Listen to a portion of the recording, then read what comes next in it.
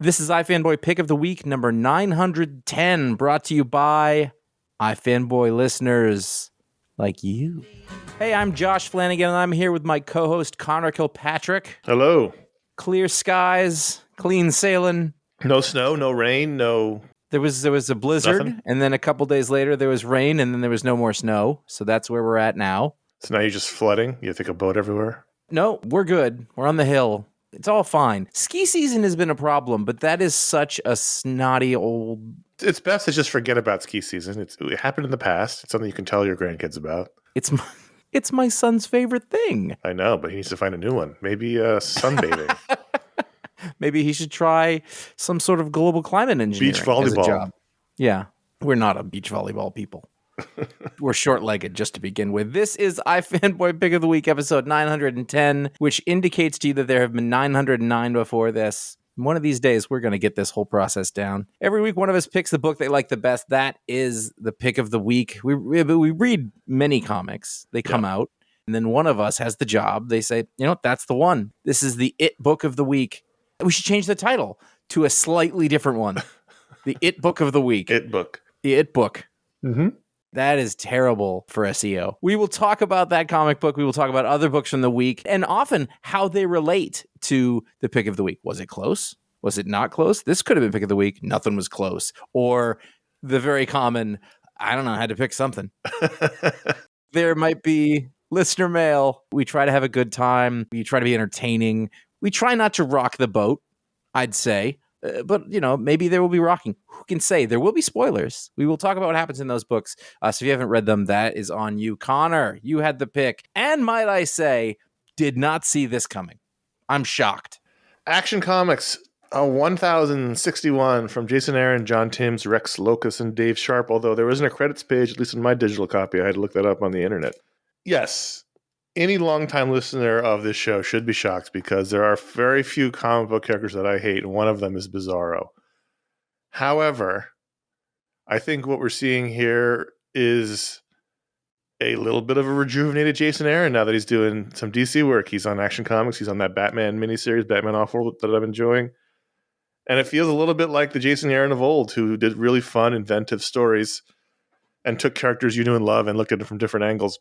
And you know, we've talked to him many times over the years at conventions or comic parties or whatever. And he's got a lot of love for DC characters as well as Marvel. He's been doing Marvel for so long, but he loves DC characters. And he wrote a very moving piece this week about his love of Superman on his Substack and his Instagram. And I think you can see that here. He really gets Superman as a character. But what he did for me was he made Bizarro palatable as well as unlocked some features in Bizarro that I haven't seen done before. It's possible that they have because I tend to block out Bizarro stories. It starts off with Bizarro. He's sort of lost and adrift amongst the multiverse. We'll find out why later on. And he ends up at this magical planet dealing with these magicians, these magic folks who don't want him there, and they try to remove him via magic, only to find that magic doesn't hurt him. In fact, the opposite. And that's when I went, oh shit, because as we all know, one of Superman's weaknesses is magic. And if Bizarro is opposite Superman, and look, Bizarro doesn't make any sense. If you think about Bizarro for too long and the opposite stuff, it doesn't make any sense. You have to kind of go with it. It's the comic book thing. I will say to that extent, by the way, one of the things here is that Jason Aaron was very consistent with the speech. That's the second part. So the first part is the magic. So he not only is not hurt by magic, he basically absorbs it and can wield it. And I was like, oh shit, I've never seen that before. And so then at that point, Bizarro becomes a really powerful magic wielding creature. So then he shows up on Earth. Superman confronts him, and that's when he realizes he's in trouble because Bizarro is basically now a flying magician. Then we get to the point that Josh just mentioned where Bizarro utters a backwards talking spell like Zatanna and fixes his dialogue. It basically says, make him understand me. And so then Bizarro starts talking normally, and I was like, oh, thank God. And so he started ticking all the boxes that I hate about Bizarro. And it turns out a really compelling story. This is a resetting of the Action Comics status quo. This is the first issue since Philip Kennedy Johnson's story, which we liked, especially in the beginning. I think by the end, it sort of completely fell flat. The Superman family stuff was too much. The kids were dumb. They didn't even get a mention here. Hopefully they're just gone. I know. There was no other super type folk in this one. Not he mentions Jonathan. That's it. That's right. Fine. And so I'm hoping the kids are not there. It's me, your father. That's what he said in the last issue. And I was like, no, it isn't. It is not that. This has not been earned in any way. I'm sorry. I read it before this one. I understand. I thought the same stuff. This felt very classic Bibbos here. It felt like a resetting of the board for Superman, and I really liked Jason's take on Superman. And despite my misgivings, I really ended up enjoying his take on Bizarro. I think John Timms is a great superhero artist. He's kind of in that Dan Mora school of incredibly exciting and fun layouts and page constructions with big action sequences. Angular, cartoony, but big, little 90s in that, and not in a bad way. Yeah, a little bit, for sure. The only knock on it, and someone mentioned this on the Discord, and I didn't even think about it until they said it, is that, at the end of this, something happens and everyone in Metropolis turns into Bizarros. And that's sort of very similar to what's happening in the whole Teen Titans Beast World thing. But I'm not even reading that anymore, so it doesn't bother me. And it's happened with Joker many times. Right. It's just like DC can't get around turning everyone into something. But, whatever. Up until that moment, it was terrific. I just had a hell of a time reading this. I think Jason Aaron is invigorated in a whole new universe. It hasn't been official. Like, no one's officially said he's switched over. No one's officially said he's signed over. Like, we haven't had any kind of announcement, but it sure seems like it. Yeah. I think they both could use it. I think DC could definitely use it. I think Jason's been writing Marvel so long that he could use a reinvigoration in a new universe, and this might be it. I had a really fun time reading that, at least because I was so surprised that he made Bizarro palatable and fun to read. I also don't like Bizarro. Yeah. I don't hate it. I just am sort of indifferent about the whole thing. And so I kind of felt that way about the story. Like, I thought, no, that's really good.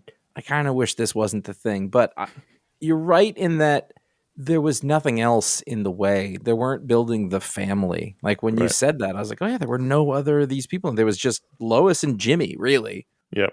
And Bibbo. And I thought that was good. I thought that the most powerful magicians and wizards in the world didn't seem all that competent. They had big hats. He's still Superman, right? Yeah. He's still at the end of the day as powerful as Superman is, so that's not nothing. They had no wisdom. They were like, he's just like Superman. Let's magic him. It's not working. Let's magic him more. He's getting stronger. All we can do is magic him. I was like, maybe you're the strongest magicians, but you're just stupid. I mean, I guess that's possible. And what I was going to say about the language is that it's one of those things where when you say, well, having everything be opposite is a very slippery slope. Yes. So basically what the author has to do here is establish the rules. And the rules are going to be that when he says hate, he means love. Mm-hmm. And when he says sad, he means happy. And no means yes. And that's it. Like, I figured out the formula and I was like, got it. And so then we didn't have to mess around. You know what I mean? I was like, I know what's going on. And I did think the Zatanna backwards bit, I was like, oh, that's great. That's really good. But also when he says the words as they are, it's really sad. Yes. That to me was the great bit of lifting here, was that like you felt bad for Bizarro, like, because it's almost like, and it was like basically the idea is that the universe has been shifted around and screwed over so many times that it made his world disappear. And I was like, there's a comment there on comic books. Yeah, and I think that was one of the other things I liked about it also, was that you do feel really bad for him. He is a tragic character. It's always a tragic character, but here, with the loss of his family, with his Bizarro Lois, and I assume Bizarro Jonathan, like, that makes him a tragic figure, and so then he's not a pure villain, and that's what makes it interesting. Wait, his son is Boyzarro. Boyzarro, that's right. Boyzarro. Just want that. It's a good name. If you have another kid, you should consider Boyzarro. Okay, so the way that this works, for those of you who haven't heard it 1,000 times, is that if you have the pick of the week, you send a list out. This is my pick of the week. These are the other books I want to talk about. Second person who gets it makes the choices and moves around. And I just glossed it. I didn't see your pick. And so I was like, let's see, where do I put Action Comics? And I wrote it. I was like, just put it in the short section at the end. I'll just mention it. And then I went, oh, wait. Because then I even thought for a second, it's weird that he didn't mention Action Comics at the air. And then my eyes flipped up and I was like, oh, it's the pick. Like, it just didn't, I didn't even consider that it was possible. So I like the surprise of it an awful lot. And I was looking forward to this discussion. It's a really great back to basics Superman. We've had some good Superman, even if action wasn't totally working, especially by the end. I think the Superman book that Joshua Williams is doing, and now apparently Bruno Redondo is the artist on that, is been terrific. Wait, that's not good. Yeah, well, he hasn't done Nightwing in so long. Okay. I just think Superman's been really strong, and this was an upgrade to action that puts it up there on par with Superman. Now, sadly, we know that just from talking to folks at DC over the years and looking at sales numbers back when we had them, or the sales estimates, people don't buy Action Comics for whatever reason. They don't buy action. They don't buy detective. They buy Superman. They buy Batman. Mm-hmm. And so I hope people will check this out and give it a shot, especially with this issue, which is a perfect jumping on point. It's a good start. Yeah. Yeah, it is. And it's a very strong comic book. And it's one of those things where it doesn't scream Jason Aaron to me, which when I say that, it's kind of a ridiculous statement because the man can do a lot of different types of things and voices, which is one of the things that's interesting about it. If you read, the creator-owned stuff that he's known for, you're like, ooh, that's a dark. Yeah, I don't want to derail this, but I did have that thought while I was reading it. I was like, man, it's been a long time since he's done a Scalped or Southern Bastards type book. And I would love that. I mean, I know the market's totally different and all that stuff. But finish. There was a Boom one. Yeah, that wasn't like that, though. Yeah. The Once Upon a Time in the World. I read about 6 issues of that and dropped off it. Yeah, I missed something and I lost the thread. Yeah, but it's good to see over here. I mean, that whatever year and change of however long it was of Bendis on Superman, it was great. It was really fun, and this is too. I think all the stuff that has been swirling around Superman has been hit or miss. The family and everything, and how similar it is to Fantastic Four. But the character, the Superman in the middle, I think has been very strong. We never read Superman go, that's not Superman. It's a consistent that's been that Superman. way for a while. Since Jurgens with the beard and everything, it's been a good Superman. And so it's nice to see that continued. Sort of on the opposite end of the spectrum is Transformers 4, Daniel Warren Johnson, Spicer, and Wooten. And my Transformers exposure is mostly the cartoons as a kid and some of the movies as an adult. I never really read any of was it IDW comics? I remember you did for a while. I tried, but I never liked it. I never read those, so I don't know if this is different or not, but I am taken aback at the brutality of the Decepticons. I mean, they are awful. I finished this, and I have a thing where I'm like, oh, cool, Transformers, and then it was another little part of me like, you never really liked this, and then so I kind of remember as everybody else, this is really good. The thing is that a lot like the Beta Bill series is that each issue one-ups the one that came before it because it holds nothing back. Right. Daniel Warren Johnson and the way that he's going through this. So in this, you've got Starscream, who I can hear Chris Latta. I can hear him. Clearly it's written with that animated version in mind, but he's evil. He's a bad guy. That's what took me back when he blew up the hospital. I was just like, oh, Jesus. There was a thing here. I was like, oh, that's a little real. It's a little right now. It's a little much, but it works. It hits that way. I think that the way that Prime is depicted in this is fantastic. Yeah. I liked that. Was it Ratchet? Was dude, these humans. Let's be realistic, and Prime won't take it. And there's a lot of that sort of lofty Optimus Prime stuff. The humans are worth it. They're life forms too. Right. And then at the same time, every page is it's nonstop. It is coming at you as a reader constantly. What I thought looking at it, I was like, this must have been exhausting to draw, but that's not how drawing works. But that's how much energy is. I'm not kidding. I was like, oh God, this must be so tiring to do, which is not how art works. You can if you're working hours and hours and hours on it. Right, I get it, but it takes for hours and hours to do slow pieces too. Mm-hmm. But you just get the sense that he was just slamming espressos and just a headband around his head and sweating on a drawing board. That's what it looks like. It felt like to make. Yeah. And then there's a bit here where I'm trying to remember. Is it a kid? It's a sick kid. He's like, can you change into a car? And he's like, yes, I can. He does it and you watch it. And I was like, that's rad too. It's really exciting. I mean, you mentioned the art. So then we had the announcement this week that Jorge Corona's taken the second arc. I don't know if it's issue 6 or 7. I don't know how many issues the first arc is going to be, 5 or 6. It's a bummer, but then Daniel Warren Johnson wouldn't be able to keep this pace up. No, and this is a monthly book. He would die. So I get it. Corona's great. Middle Jorge West. Corona's terrific art. It's a different. It's a similar style in that it's very frenetic and very crazy detailed, but just not as dynamic. No one's as dynamic as Daniel Warren Johnson, but it'll be different. And fair. I mean, hopefully he's not going to try to ape him. He's got his own thing. He can do it. But, we used to say the same thing about Scotty Young, who Jorge Corona worked with on another book, too. Did you do that one about the haunted house? And the lady? Yeah, he did. Yeah. So, you used to be like, oh, man, it sucks that Scotty's not drawing. But he found folks who can match that style and energy. It's not the same, but it works. So I think it's a really good choice anyway, regardless of that. Well, I want to make 2 more points about this issue. Yeah. One is I am an adult, right? Sure. I am a grown man. I pay taxes. I've got a job. I understand how things work. I'm still like, how are we going to get out of this? I'm reading it, and the Autobots keep getting fucked up and fucked up and fucked up, and they don't have any energon. They can't rebuild, and I'm just like, they're not going to make it. Like that's the voice and the kid's voice in the back of my head as I read this, because I think it's still important to have that kid's voice when you're reading comics, because you have to, right? And so even though I know from a adult reserve, they're going to win, I'm still reading this going, God, they may not win. That's how well the story is being told.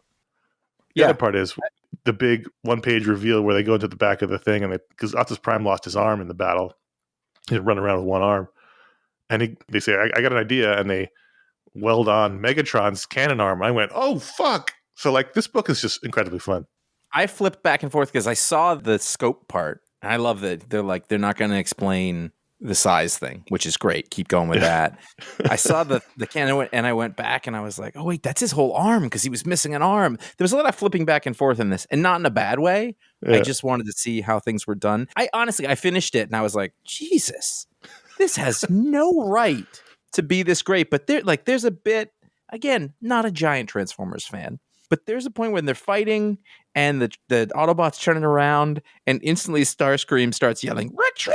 And I was like, I can hear it. It was exactly what he was supposed to do, but written, He retreated quickly. He really went from arrogant to retreat. That's what he does. Cat. Yeah. I love the Cobra Commander and Starscream sound exactly the same, but I know the difference between them. Like they are... I'm like, no, Starscream would say it like it's the same thing, but in my mind, those are like two different people. It's fine. I also wonder if they tailored them to the voice. His personality is very similar to Cobra Commander. Cobra Commander's all bluster until anything happens and he runs. I love that the guy was like, I'm going to just do the same one if that's cool. And they were all like, yeah, that's fine. And then, of course, the big cliffhanger reveal is, as Starscream is proclaiming himself, Emperor of the Decepticons, is Megatron's body, missing the arm, sort of stuck in the ice like Captain America, sort of. And I saw that and I thought, God, how bad is he going to be? Right. Like I got the thought, I was like, well, Starscream is evil, but he's stupid. So at least oh no. And it was, again, that same, like, I genuinely felt that drama. Like, then there's the shot of like the girl and she's sad and Cliff Jumper goes and sip. I was like, it's a really human moment. That is an extremely Robert Kirkman thing to do. Yeah. That scene. Let me ask you a question. Is the Energon universe the most exciting thing in comics right now? Because when we talked offline, just as friends during the holidays, it was like, can you believe Duke? Can you believe how good G.I. Joe is? Like, I mean, right now, when Transformers, Duke, and G.I. Joe Real American Hero, which I know is not part of the Energon universe, but whatever, come out, I'm incredibly excited. Yeah, but I mean, it's such a narrow casting thing. Oh, sure. It's like you've taken, some of our absolute favorite comic book creators, and you put them on, after Star Wars, our absolute favorite properties, and they made it real good. And, we are both just limping into late middle age. And so mid-middle age, who knows? Mid-middle age, come on. But whatever, like it is just talking to exactly what you and I as particular individuals, and I'm guessing some part of our audience really likes. So I'd add, for me, is it the most exciting? That's all you can answer for.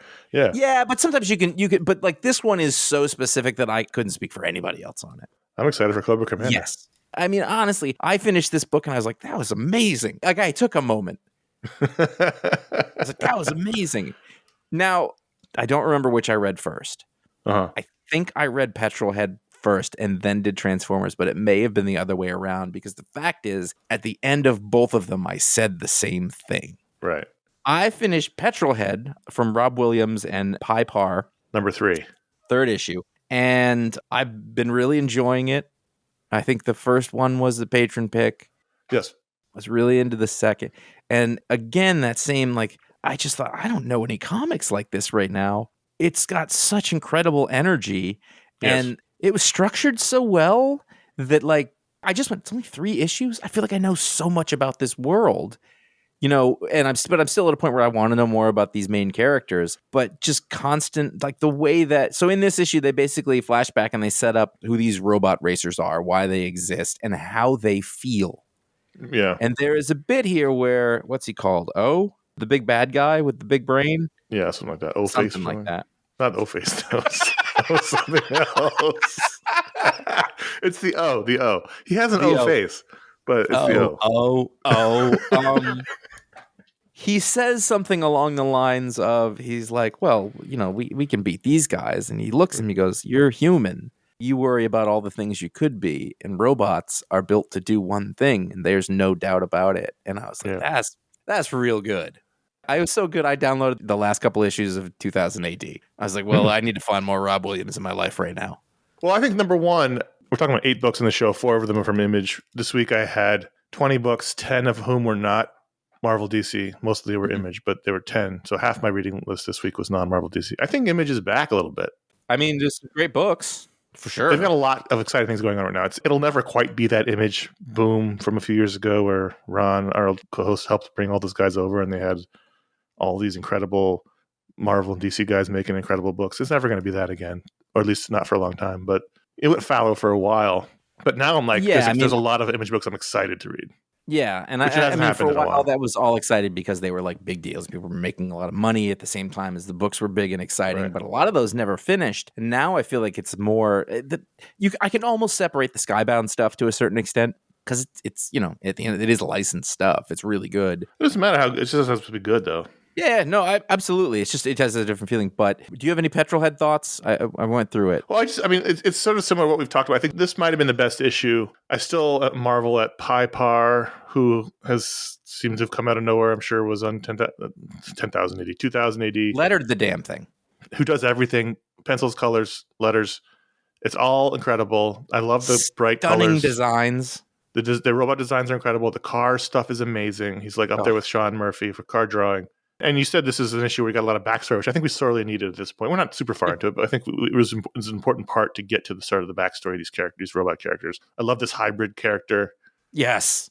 I think it was probably the best issue so far. And it just looks amazing. I mean, geez. It's just such a good sci-fi social commentary, but exciting. It's all of the best things. I finished, I was like, that is just, we don't even deserve it. I was so happy at the end of these last 2 comic books. Yeah. Apparently, I like robots and cars. Who knew? I don't know. I had no idea. I really wouldn't consider that a thing of mine, but I'm scrolling through this issue and I'm marveling at the colors. I really think the colors are one of the best things about this book. The racing is all very red heavy, and then when you go into where the O is, it's all very blue. It's all very poppy. It's very bright. A lot of books are dour and dark, and this is a very bright. I want to say happy book because the book isn't happy, but the colors are. And that really works in tension with the art and story. He has a cigar hole. He's great. He's a robot who smokes a cigar. The other guy comes out, hybrid. He's got a collar for some reason. They want his cookies, and like it's just all like it's like folksy and silly. It moves super fast. Basically, the end of the issue, they make it to the one guy's house, and then like the people who are going to have to work together and don't. Well, I'm too old for this. I don't want to do it. And then that panel of that scene ends with the sound effects of growl, which is also the artist. Like, what's that? 2-page spread of the car of the person who we were alluded to earlier, who becomes, the big bad of this, or, for now anyway. Anything could happen. That's what I really like about it. Like, it's very well constructed. Like, when something happens, you think, oh, that's how that had to happen. That's great. It's just doing all the things right, not necessarily like surprising you, but I don't know what's going to happen because of that. That's good. It's a good comic. I even like the concept sketches at the end. It's just makes me happy. Do you read Swan Songs? Yes, I do. Okay. I don't rightly know that this week's issue can be considered a comic book. There's some comic book in it. So what we have here, Swan Songs is number 6. I don't know if it's the last one. It'd be a hell of a last issue if it was. I don't remember the ha-has there were. But Swan Songs, so the theme is there's a one issue story about the end of something. I think it is the end. I mean, I don't know. You can't do this. It says the end, giant letters in the end. Well, there you go. So this on the front, if you know anything about... Sorry, I cut you off. The premise is every issue is about an ending of something, of the Swan Song. Right. So it's an anthology. It's W. Maxwell Prince did this with Ha-Ha, where he did different clown stories, and this is just different artists with every issue. This is structured after Shel Silverstein's Where the Sidewalk Ends, or it's in the style of his poetry. If you grew up as Shel Silverstein, you know exactly what this is. By the way, it's a swan pushing the people off the end of the sidewalk. There is a narrative being told by a person who is apparently in some sort of mental health facility, insane asylum, we would have used to say. That's the ice cream man on the first page, too. Yeah. I need to read that. I need to go back and read it. These are just too good to not go read that. I feel like I missed something. So as we go through this, there's a series of Shel Silverstein-like poems. And when I say Shel Silverstein-like poems, the reproduction of both the illustrations and the meter of his rhymes is stunning. I was blown away. I'm a big, this Shel Silverstein poems are a really big part of my life as a kid, as were the recordings. So as I read through, I can hear him saying the words. It was funny because I used to listen to the tapes or whatever with my grandmother. And so at a certain point, my kids got older. I downloaded them or whatever. And I remembered every syllable and the way that he said them. And my kids really liked it too. That's good. Because he was such an interesting dude. And so as you go through this, there is a narrative. It's pretty sad. The father has to go into the asylum and the mother and the daughter are left alone. She becomes a prostitute. The kid ends up hanging with the bad crowd. Then you find out the guy who's running the facilities, kind of evil. And there's a quick comic thing where the character grabs a camera and he speaks to, us directly in comic book form. Right. I've never seen anything like this. Yeah. I mean, I have, because it's a parody of a thing or whatever it is. Tribute. It's a something. I mean, as a work of tribute, it was really well done. I don't know if you weren't familiar with what he was tributing, how much this would be successful. Yes. Oh, the illustrations were really strong. Were you a Shel Silverstein kid?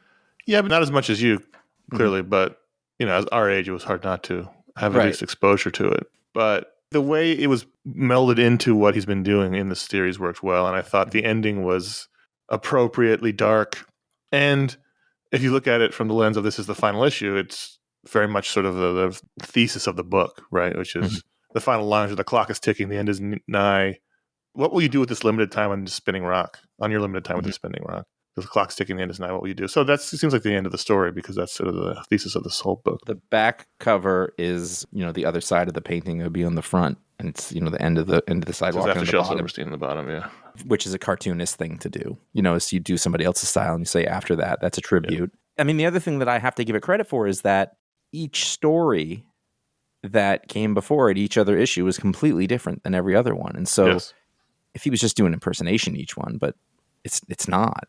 And then they were all different from the haha stories. I don't know who this W. Maxwell Prince person is, but it's an amazing range. It's one of the best short comic book storytellers that I've come across in quite a while. It'll be really interesting to see where W goes in the future. I have no idea if he or she or what. I mean, it wasn't my favorite issue of the series, but I was really impressed by the craft of it. Yeah. I mean, I really enjoyed it. Again, I was extremely impressed by just the craft, the execution. I think the execution was there was no false step in it. It was great. It was really well done. Good work. I'm really happy that this work keeps getting done. If we're talking about Image, I don't know how big the audience is for something like this, but this is high level work in fucking short stories in a conceptual book. Well, it's the second anthology series. It must have done well enough the first time through to do a second one. I'm guessing smart people in bookstores learned about it and bought those books, and they let them do another one. Hope so. Yeah, I was really impressed. I immediately reached out to Paul Montgomery, former host of the show, and I was like, I don't know if you're still keeping up with this, but this is a thing that you specifically need to read now. And he was like, thank you very much. I could tell it hit home the way that it was supposed to. Oh, yeah, for sure. Yeah. Bloodrik 2. We had Bloodrik 1. That was it the Patron Pick? I don't remember. No, it wasn't. I read it, and then you happened to read it, and you were in love with it. I loved the first issue, yeah. When we talked about it, I was like, yeah, that was really good. I enjoyed it because I liked the backstory of it. And then the second one came out, and I just thought, oh, wow, that was also really good. It was good. It wasn't as good as the first issue. I'm not surprised. The first issue he had so long to come up with.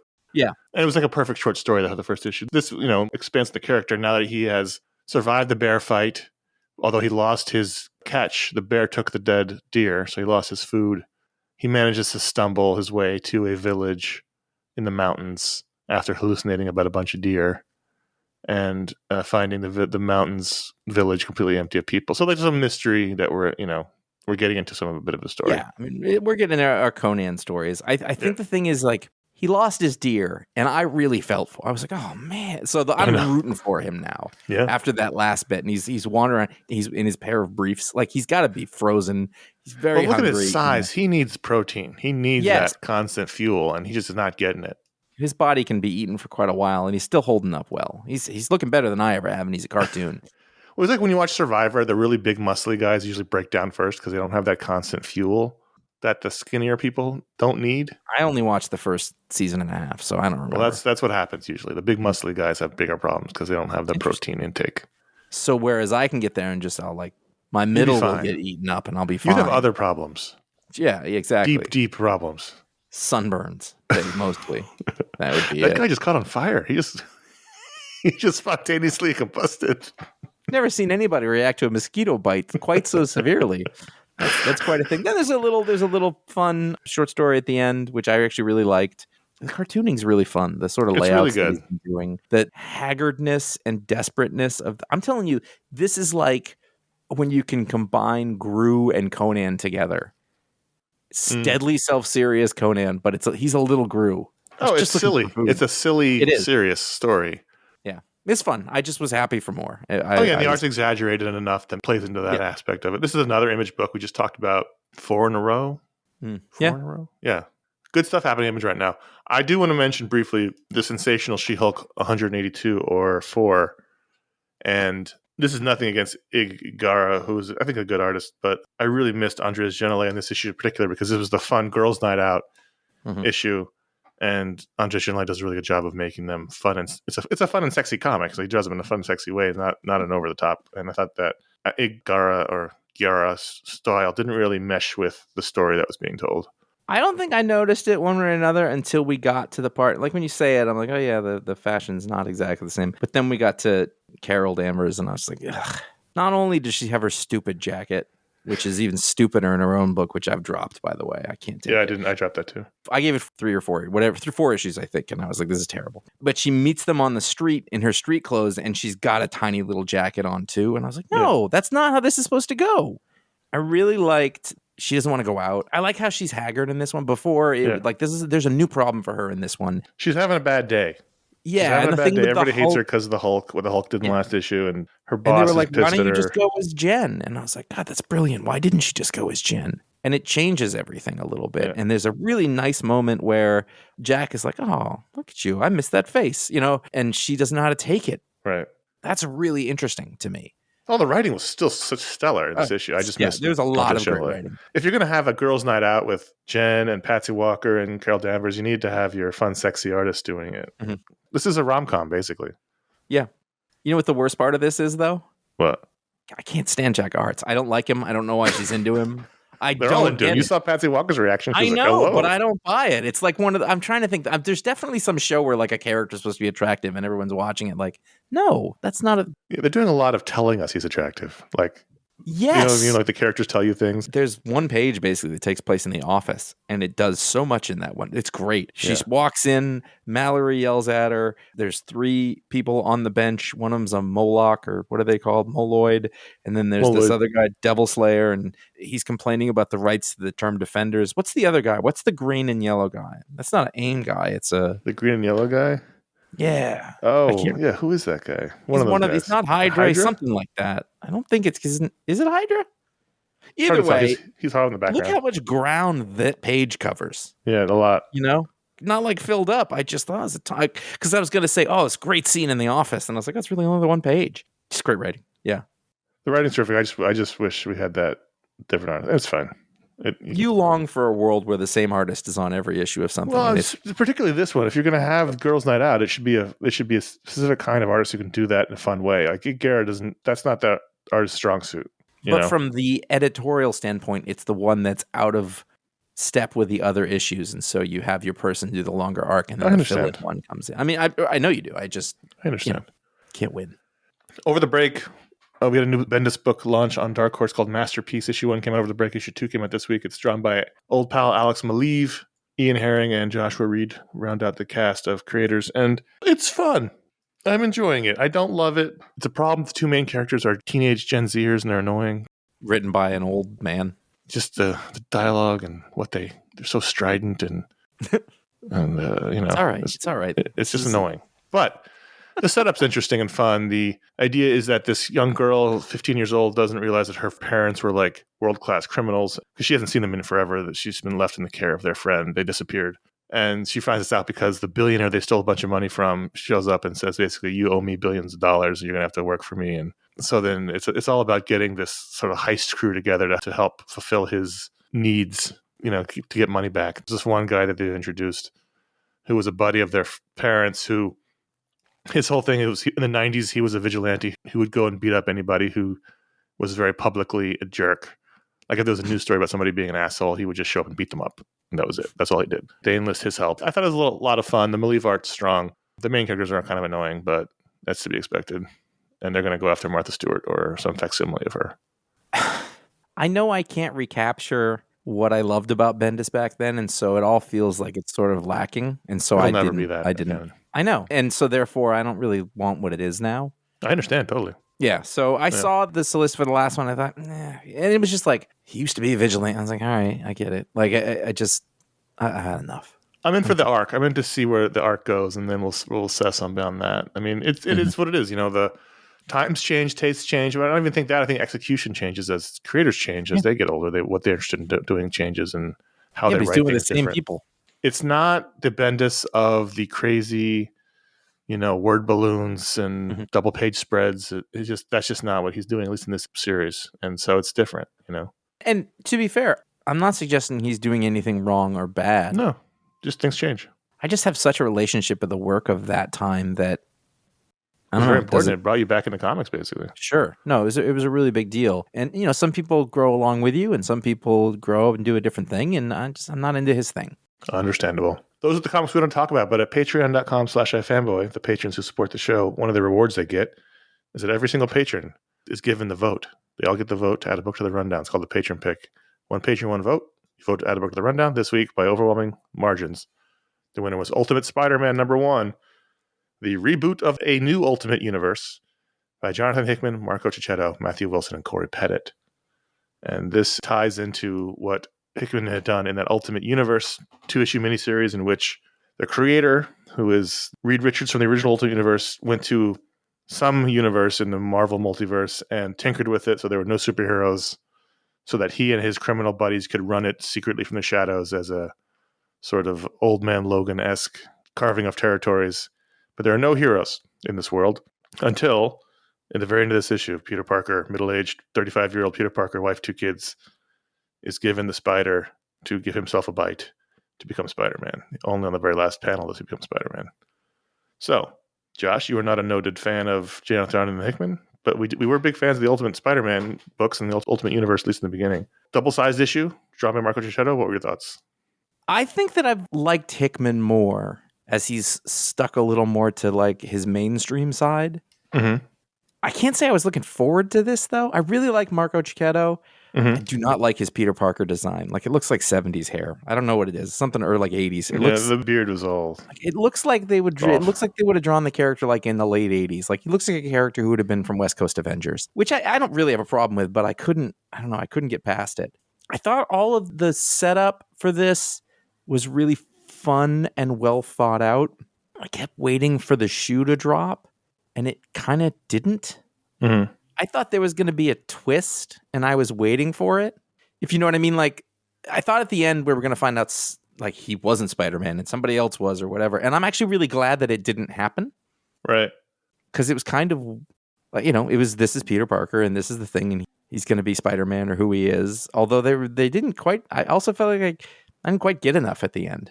I wonder if it's a play on the idea that it was a whole arc until Peter became Spider-Man in the original miniseries, the original Ultimate Spider-Man. He was that. There's a whole Bendis took 6 issues to do what Lee and Ditko did in 1 page. Fair. So what's different here is that in the Ultimate Universe miniseries, the bad guys framed Tony Stark, who in this world is a teenager, with a terrorist attack that killed several of the Spider-Man supporting characters because it was in New York. So Aunt May is dead. Norman Osborn is dead. His wife is dead. And so here the Green Goblin is Harry in a unfortunate armored suit. And Kingpin owns the Daily Bugle, where Ben Parker, since there was no Spider-Man, Ben Parker's alive. And he is the managing editor of the paper of the Daily Bugle along with J. Jonah Jameson. And they're both really awesome people, which I think is another twist, is that J. Jonah Jameson's not a jerk. Even Joe Jameson looks exactly the same. Like they haven't redone at least the same design. Right. classic J. Jonah Jameson look. You think he's a jerk. We meet him first yelling Parker, Parker, Parker, and we realize why. He's actually a pretty awesome old school New York newsman, so is Ben Parker. But Kingpin forces them both out, and so now they're going to go off and start their own news business. Terrible idea. Peter is also working at the paper. We don't have a sense of what Peter's job at the paper is, but he works at the paper as well. Mm-hmm. He is happily married to supermodel Mary Jane, and they have 2 kids. And so that's really the only difference. And somehow teenage Tony Stark is able to get a message to Peter and sends him this, package that has the spider in it and says, you can go on living your life as it is now, or you can open this vial and you can be the hero you were always meant to be. And that's the cliffhanger as he does it, because he's always felt there's something missing in his life, some hole in it that was never filled, and it was because he was never Spider-Man. I thought it was solid. I didn't love it. There's got to be a why for this. Like, why go back to the Ultimate Universe? There's got to be. I'm hoping that there'll be a why revealed. I think that's what it was. I think I was very into craft and structure, and like you got 2 people functioning at a high level with a writer and artist. But ultimately, there wasn't really a thing for me to grab on too much. Like, this Peter was just mopey and sad. Like, there was nothing about this character that made me think of Peter Parker. Like, we have to wait for him to get there. I got Peter Parker already. What are you giving me that I don't have already? Like, right. What's the point? I wonder if this is just the throwing some chum to the online fans who've been screaming for Peter to get older and married the whole time. Here you go, you got your book. But at one point, there's like a 5-page sequence where he and Mary are just sitting there talking on the couch. And I was like, oh, God, I don't want this at all. You said we'd talk later. Now don't, we're going to talk. And I was like, are they going to have sexy time? Nope, they're going to have a talk. For 5 pages about their feelings. Was it 5 pages? I mean, it was really well written, so I don't think I noticed that. But no, it was well written. The dialogue was good, but it's just like, this is exactly what I don't want, an older, middle-aged, married Peter Parker. The fact is, if this had just been about J. Jonah and Ben Parker's newspaper adventures, there's your book right there. The rest of it, I didn't care about. Yeah. I get it. Peter Parker's old. He's sad. Something's missing. Yeah, I get it. It's the middle-aged writer is writing about this. Yep, it all makes sense, but I've seen it. So, and I'm not saying it's not there and they take their time with it, but for me to be interested in it, I need something, and I didn't have it. Especially the Ultimate Spider-Man book. That was one of the great books of that decade. Well, this was like the opposite of that. Yeah. Like, that was fresh and exciting and fun. And it, and this was like, yeah, but what if he's old and boring? And I was like, I am old and boring. I don't read these books to see myself reflected back at me. I do not need to be validated. I don't need to see myself. It's all about me, because all comic writers are me. Right. They're one step removed. So what do you got? And that's what I didn't have. I'm working my way through this as we talk about it. It's interesting the choices they made for the book. So we have Ultimate Black Panther by Brian Hill and Stefano Caselli coming out in February, and then Ultimate X-Men by Peach Momoko, who is, I think, a YA artist writer, coming out in March. It'll be interesting to see what this experiment yields and why. Because the original purpose of the Ultimate Universe was, in the year 2000, Marvel continuity was jumbled and a mess, and the publishers of Marvel at the time thought, if we create a line where there's no continuity mess, where kids can come in and read a story and not have to know 30 years of history, that's a good thing. And that's what it started off being. Of course, as everything, the longer it went, the more it got its own continuity that became a mess. And books totally didn't work like Ultimate X-Men. But Ultimate Spider-Man and all the Ultimates and some of the other miniseries were fun. And it was for a while, it was a fun place. And that's how we got Miles Morales. And that led to good stories. And then they brought Miles Morales into this world, and that was dumb. And there's got to be a reason to come back to this kind of storytelling and branding. We'll see if there is one. I just don't know what if it's tied to the ultimate read, that's what that story is going to be, because he's the big bad for everything. Well, I thought it was well written. I thought the art was strong, other than Peter's terrible beard. It wasn't well groomed. I have a terrible beard. I don't need to read a character. You don't need middle-aged Peter with glasses and a beard, moping about his bad back. Yep. I really like being worried about his job, worried about the security, if he's going to be able to take care of his kids. Wipe that family out. Give him something to fight for. That's not escapism. No, it isn't. You know what? You're right. Not at all. Maybe that's why I'm upset. Maybe it stressed me out. This is like The Sims. It is like The Sims. I have an apartment to clean. I don't need to clean a fake apartment. Yeah. So let's do ratings. I almost forgot to do ratings. On Ultimate Spider-Man #1, ratings out of 5, I'm going to give it a 4. 3. Sticking with it? I'm going to read the next one. Well, you got to read the next one to see what Spider-Man, see what the point is. I know. That's what I said. All right. So there you I'll go. read the next one. Patreon.com/iFanboy. Every patron gets to vote to add a book to the rundown. And the patrons are the ones that directly support this show and all of our family of iFanboy shows. Everyone who does whatever they can in the following ways help support the show. But the patrons are the main ones. They unlock shows for everybody. That's why you get a Talksplode and a Booksplode. That's why you get a Mediasplode. They get to become part of a great community. There's a Discord server that is growing every day. There's apparently still a Facebook group. And there's a monthly patron hangout where we all come together for an hour or so. Sometimes longer. We have sometimes a pre-show with some friends of the show, like Mike Romo and Ryan Haups come. Just have some drinks and chat online, and it's fun. We have a good time doing it. We'll be doing our next one in a couple of weeks. They get tier-exclusive merchandise. Depending on what level of patrons they are, they get exclusive T-shirts and sweatshirts and mugs and stickers and posters. And we thank everyone who's a patron. We could not do the show without you. We appreciate all the support. Thank you. Consider becoming one today if you can. Even you can do it for $1 a month. You can even do it for free if you want. You don't have to pay to be a patron of the show. We do appreciate that. iFanboy.threadless.com is our merch store. We got 13 designs on T-shirts and more merchandise. iFanboy.com/support is our digital PayPal tip jar. iFanboy.com/Amazon is where you can find links to our Booksplode books as well as the general Amazon shopping link. And, if you got stuff over the holidays that maybe you already had or you were to return, or maybe you got some gift cards or some money, iFanboy.com/Amazon for all your post-shopping needs, all your post-shopping sales happening. Check that out over there. And then bookshop.org is our partner for local bookstores across the country. If you order for them, local bookstores fulfill your order to help keep them in business, keeps those vital parts of our communities alive. And we do appreciate anyone who does any of those things to help keep the show going. We appreciate that very much. Now, our final patron reward of the day is the Patron Power. That's any patron at the $5 or higher level gets one live on the show. They get their own superpower. And this week, Josh is in charge of it. So Jason Wesson is certified 100% bet on it, box office gold. Oh. Get this guy in front of a camera, people are going to show up. They're going to He's the last movie star. He's box office gold is what he is. Even if he's in a bit part, even if he's in a background actor, the movie's a box office hit and no one knows why. Yeah, they're going to walk out of that. It might take the business and the executives a while to figure out what's going to happen, but they'll figure it out. Something about this kid. I can't take my eyes off him. He's got it. What is it? Who can say? If we could, we'd bottle it. But Jason's got it in spades. Box office gold. Gangbusters, kid. I love that one. Thank you. I do love that one. I love it even more if no one knows why. He's just a professional background actor, and his movies that he just happens to keep being random hits, and they're like, why is this happening? My note, as I just wrote, box office gold. And as you're coming to me, I go, I don't know what this is. And I was like, I felt good. I felt good on how it came out. Everything's all right. Thank you, Jason, for being a patron. Patreon.com/iFanboy. If you want a patron power live on the show, you can be one at the $5 or higher level. Let's answer some emails. Karl C. I sometimes have fantasies about Marvel and DC having to go through the infamous DC implosion of the 80s, paring the lines back to a bare minimum that forces them to do the absolute best. With the state of comics, do you think this could ever happen again? No. Not for the same reason. But I think there's...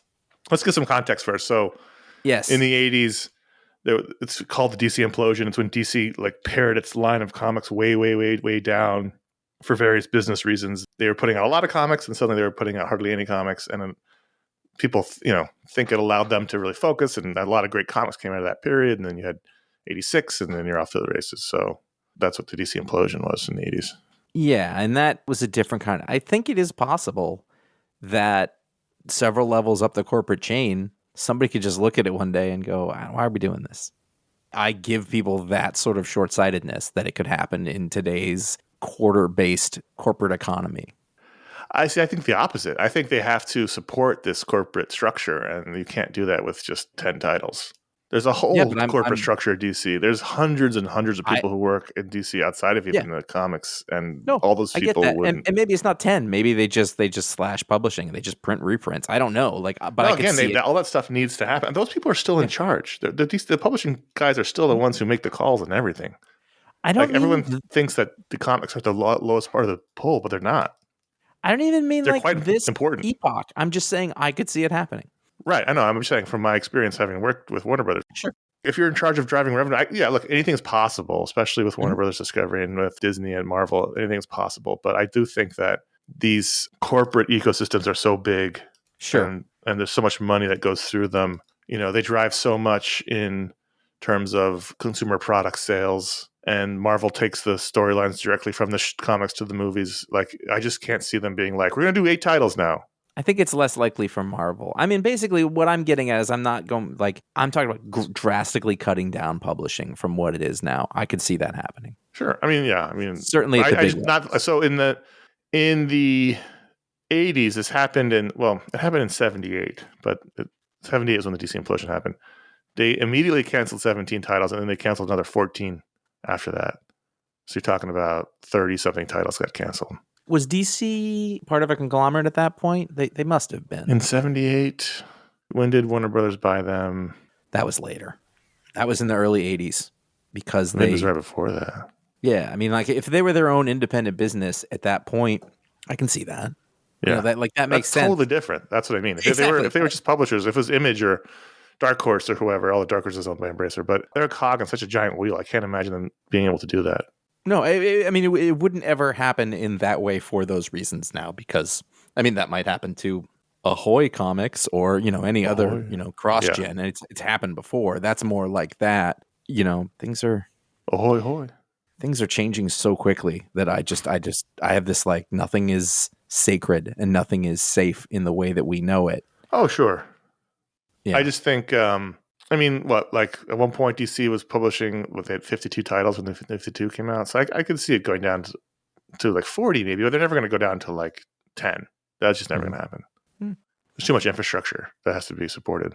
I get it. There's merchandising, there's whatever, but like how much of that actually depends on the comic books? Like the stuff already exists. Well, the characters come from the comic books. Like why is it already exists. Is Harley one of those popular characters? It has nothing to do with the comic books. It's because she was in a movie. No, she was popular before that. In comics, though, but that's nothing. That's small potatoes. That's spare change. But again, it's not about the revenue. It's about what it supports. It's a whole. It's an amoeba. It's like cutting your arm off. It's like it's just an arm, but you can't pick anything up. It's like it's a whole body. That look what they did to HBO. HBO's still putting shows up. The same number of shows they've always done. I know. It's a bad example. Look what they did to it in my mind without the proper context of the conversation that we already had. How about that, Connor? Why don't they do shows I like anymore? I didn't mean that. Ryan S. from Philadelphia, Pennsylvania. With DC continuity more or less leading into nothing makes sense, nothing matters, I wanted to ask you what you think the continuity status of the Killing Joke should be. For Batman and the Joker, the question is mostly kind of irrelevant, in my opinion, but the biggest in-the-universe impact of the story was paralyzing Barbara Gordon. If you were making a call, would you keep the Killing Joke as an in-continuity story, label it Elseworlds, or take the current DC approach and just shrug about it? I've been thinking about this question since I got the Killing Joke for Christmas when I was 13 and was so glad my mom did not flip through the book before wrapping it and putting it under the tree 24 years ago. Shrugging about it is the same thing as not acknowledging it. To me, like in comic book world, it's the same thing. Shrugging? Yeah, I mean, like saying like shrugging it is ignoring it, and which is a way of tacitly saying it's not. Well, it's never been fully in continuity. They just took the one event out of it and used that. Yes. I mean, at the end of the book, Batman kills the Joker, so it's not. Right. It's clearly not in continuity. I think that was a mistake, though. Like, it should have never been in any continuity of any kind. Sure. It's one of those things that's too serious. Like, the fact that the character has to ignore the fact that, and go on by being a super librarian, with a lot of computers, because this maniac shot her, and then you have to ignore the fact that, like, they drove Commissioner Gordon mad. It shouldn't have been brought into the continuity. It should never happened. I mean, I loved Oracle, but she should have just stayed Batgirl. That's always. Yes, that's no and surprise she is now. Right. So and they do comic book, mysticism to make sure she can walk again, and then they just don't refer to it. And if that's the best thing to do, that's fine. But it's important. It's never really been in continuity because of they just. I think Denny O'Neil talked about this at some point. I remember reading that and talking about it. But like, they took the idea of her having been shot and paralyzed and used that in the comics, but they couldn't take the whole story. So they really just kind of picked and choose, which is how comics work anyway, right? So they just picked and choose the things that worked for them and used that, and they ignored the rest, which they had to because it was too dark. Just ignoring all the implied sexual assault as well, and then again the murder of the Joker at the end by Batman. So it was never fully in continuity anyway. That's what I would do. I'd shrug about it. If you can't go back and remove it, which they should have done with the New 52, just not have her ever been shot, but they of course muddled all that stuff with the New 52. If you can't go back and just erase it, then you just do what they did, which is just. At one point, the Joker shot Barbara and she became paralyzed for a while. She was Oracle for a while. She got her legs back. Sometimes she's Batgirl, sometimes she's Oracle, sometimes she's both. Yeah. That's kind of where we're at now. I don't know if we gained anything by having her be paralyzed, or I don't know. Maybe that, there's something about representation to be said there, but I don't know. Well, I was a huge, at that time, a Bronze Age Batman reader. I was a huge Barbara Gordon Batgirl fan, so of course I didn't want it to happen. But I think her character was a good character. And yes. Some people say she's a stronger character for it. I don't know if that's true because she was a very big, important piece of this puzzle back then. But, DC continuity is taking, just sort of a messy approach to everything right now. They don't really have much of one. There isn't one. And that I'm all right in a way that if they're just like, we're just not going to bother with any of it, I'm kind of like, fine, that's cool. Do that. But it's weird that, like you don't have a Justice League book. I mean, there might be one, but because there's no shared, whatever's happening in Batman is so far removed from what's happening in Superman that they can't come together. Let me ask you a question. So I was catching up on the books. I still have about 6 or 7 books left from the break to read. I was reading a couple last night, or not, the other night before I read my books for this week, and I was reading Wonder Woman.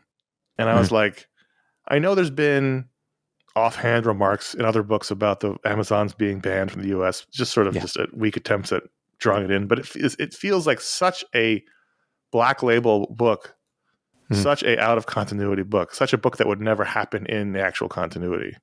When I read that, it's a great book, but it's just like, this would never happen to DCU, and it doesn't feel like it's happening to DCU, and it's a mess, DC. Yeah, and like individually in those books, the books are fine on their own, but I think that you do miss, like, why isn't there a JLA? Well, there's no cohesion in the universe. Like, they're busy fighting Godzilla. That's the only JLA book I'm aware of. JLA versus Godzilla versus Kong. If that's what they want, then fine. I do see a value to, like, I understand why that would be easier for them. Like, no, the Batman people have the thing going on here, and we'll pay like a little lip service, but there's no. It's just not what it was, and that's how you get. That's the only way you're getting Tom King to write a Wonder Woman book. It's not like at this point he's like, I'm not going to make sure that she's standing at this place at this time, right? Because Beast World's going on. Like, we're not doing that. So to answer Ryan's question, I would shrug about it because that's all you can do, really. At the end of the day, it's not in continuity. It's never really been in continuity, despite what they said. Just that one element of it, that one page. Contact@ifanboy.com is how you can write in. Like Karl and Ryan. You can also write in to be in our Mediasplode show, our monthly non-comics show. You can put Mediasplode in the subject line. That's how you get that email into the proper folder. Speaking of Mediasplodes, last week we were totally non-prepared. We didn't even know what we were doing. I forgot there was a Booksplode we had to do. It was not a smooth transition back into doing the show. But now we're ready. This coming week, we're going to have a Mediasplode. And I think we're going to talk about what we enjoyed over the break. We haven't actually discussed it. We haven't recorded it yet. But that's what we did last time. Maybe we'll do it again. I don't know. Week after that will be the Booksplode that we mentioned last week.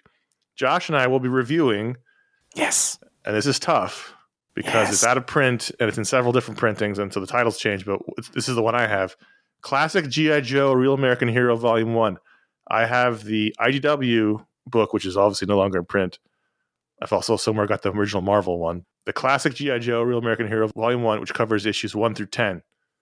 So that's what we're going to be covering in the Booksplode. If you have those issues, or if you want to, get them on Amazon, or if you want to, I don't even know where they are anymore. I guess they're Image. I don't even know where you'd find them online. But anyway, G.I. Joe Real American Hero Volume 1, which is 1 through 10. That's what we're going to be doing in 2 weeks. You can figure it out. Which I'm excited about. Yeah. How far into it are you? I'm on like 7 or 8. I just started reading them on my own for no reason.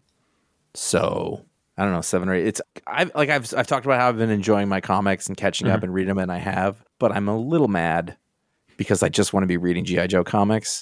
But at the same time, like, you can't read too many of them in a row. Right. Like, you want to have them in bites. I think that's how I really feel like Image has reinvigorated our G.I. Joe love. I mean, that press conference that Cobra Commander gave in the last issue of G.I. Joe Real American Hero was exquisite. Mm-hmm. You can watch the episodes on Tubi, which is free. There's at least 2 seasons, but it's important to note that the second season of G.I. Joe is something like 64 episodes. 54 animators died that year. In a few weeks, at a date to be determined, we'll have an animated Brain Trust show reviewing Justice League Crisis at Infinite Earths Part 1. It'll probably be the first week of February, but I'm not making any promises. We'll find out. We haven't scheduled it yet. Mm-hmm. That comes back to me. You can find our library of, we should count these. We might be tipping. No, it's we're only putting out, 8 a month, so that's still got to... 8 times 50. I'll tell you how many we at. You talk and I'll tell you. For 1,300 shows or more and counting. You see, right now, just as I said this, as you're listening to, you're like, oh man, that is one more. That's true. You can go to iFanboy.com and find that. You can find whatever else is there. As the 1,345 shows. So this will be 1,346. Okay, so next year we'll be saying... Well, no, if we do 6 shows a month, so that's 10, well, I guess close to next year. All I'm saying is that next year we will be saying it. Yes, next year will be 1,400. That's true. Yes. Exactly. But you can find our podcasts in places. I think this works for me because I do it, but if you go to Apple Podcasts and you write comic books, we still come up pretty like first, second. You know, so that, which I'm very proud of. The day that doesn't happen. I remember when I was no longer the first Josh Flanagan who showed up in Google. That was a bad day, but we're good for iFanboy, it turns out. Yeah, anyway, we are on @iFanboy Comics on Instagram. You'll find out what the pick of the week is before the show comes out. You hear a nice little fun clip from the show when a new episode comes out. That's a thing we do because we care about the new media landscape. Conor and I are on there. C.S. Kilpatrick and J.A. Flanagan on the Instagram. That's it, though. We're not on the other ones because we don't have time. And finally, subscribe to this show on youtube.com/iFanboy. You'll find all of our old video shows there, years and years of video shows we did. And we post this show every week. And we may post other shows we do. We haven't decided yet. But basically, if you're someone who's on YouTube all the time and you want to listen there, you can do that. Some people do. A small portion of the listenership does, but that's great. They're important too, those people. So we try to make it easy for them. Please consider leaving a review or star rating on Apple Podcasts or Spotify or wherever you listen to podcasts. We thank you very much. We appreciate it. Thanks for listening. My name is Conor. And I'm Josh. Did you hear a single cough in this whole episode? That's because you got a mute button. I did not use it. I did not. I did not cough. I laughed really hard at one point and almost, but I didn't. How's your throat? It hurt yesterday, and I was worried I had another virus, but it was gone today, so that's enough. Same thing happened to me. It's weird. Now we're starting to get sick at the same time, the same stuff. Yeah, it's pretty amazing if you think about geographically how that doesn't work.